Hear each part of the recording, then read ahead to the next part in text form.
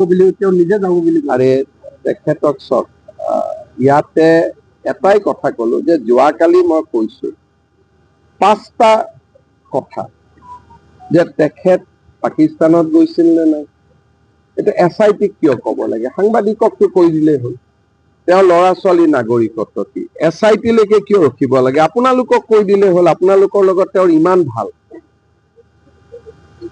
তেওঁ আপোনালোককে উত্তৰটো দিলেই হ'ল নহয়। SIT লৈকে কিয় ৰখিব লাগে?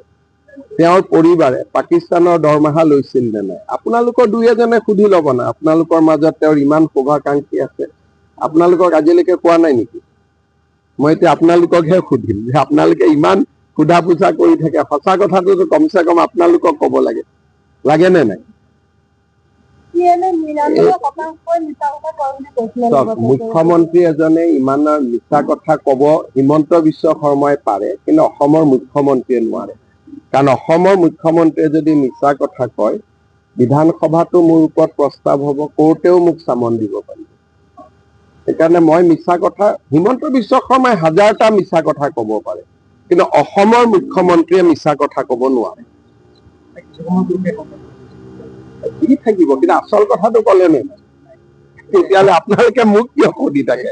আপোনালোকে তেওঁ সুধিব, বাবা আচল কথাটো কৈ দিয়া, জামেলাটো আমি মাৰি দিওঁ। আচল কথাটোতো নকয়। বাংলাদেশৰ লগত কি আছে?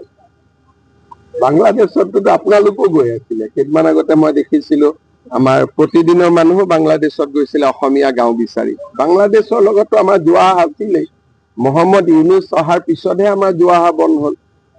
বাংলাদেশ ভাৰতৰ আটাইতকৈ বন্ধুত্বপূৰ্ণ দেশ আছিলে শেখ হাছিনা থাকোতে। এইটোতো সকলোৱে জানা, আৰু আমিতো তাতে আজিও ভাৰতৰ মানুহ আছে। এইটো তাতে বাংলাদেশ আৰু পাকিস্তান একেলগে কৰাৰ কথা নুঠে। এতিয়া বাংলাদেশত যোৱাটো অপৰাধ, যিহেতু তাত মহম্মদ ইউনুছ আহিলে, তেওঁ ভাৰত বিৰোধী হ'ল। হ'ব, আৰু এইটো মই সুধিব হাক দিওঁ, আপোনালোকে তথাপিতো সুধি থাকে।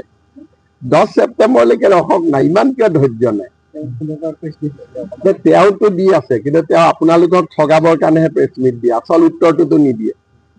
আচল কথাটো কয় জানো? তেওঁ অসমৰ 2-এখন বাতৰি কাকত আৰু টিভি ষ্টেচন তেওঁৰ ইমান শুভাকাংক্ষী, কিমান ভাল পায়। যোৰহাটত জিকোতে গোটেই পৃথিৱীখন আত্মনাদ কৰি দিলে। কমচে কম আপোনালোককতো সঁচা কথা কেইটা কব লাগে, আমাক কোৱা নোকোৱাটো বেলেগ। গতিকে আপোনালোকে সুধিব যে তোমাৰ এই আচল উত্তৰটো নিদিয়া, শুৱে বাৱে কথাবোৰ আমি সোধা পোছা কৰি থাকিব লাগে। হয়